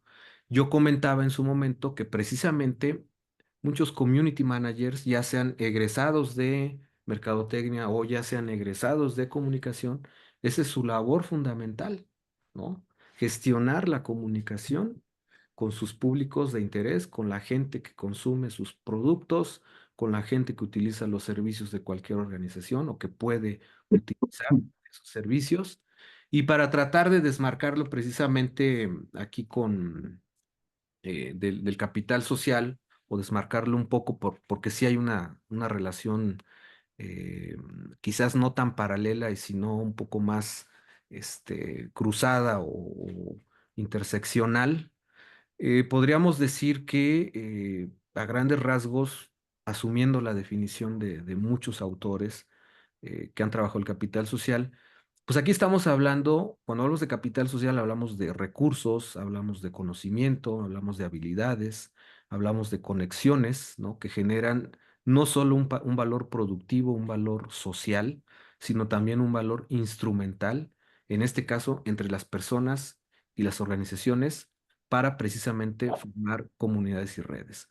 Yo lo que podría decir es que en la parte del capital social, pues es no solo unidireccional, como Ujú. podríamos de alguna u otra manera manejarlo en una gestión de comunicación de la organización hacia los públicos, sino que los Ujú. públicos me parece que siguen sin darse cuenta el gran poder que tienen para poder transformar al menos ciertos elementos o ciertas características de un servicio, de un producto o de las mismas filosofía, de la misión o de la visión de una organización, ¿no? Entonces creo que ahí podríamos desmarcar esa parte que siento yo que todavía en muchos ámbitos las relaciones públicas se siguen viendo de una manera unidireccional, a pesar de los 4 modelos que nos platicaba la doctora Erlinda.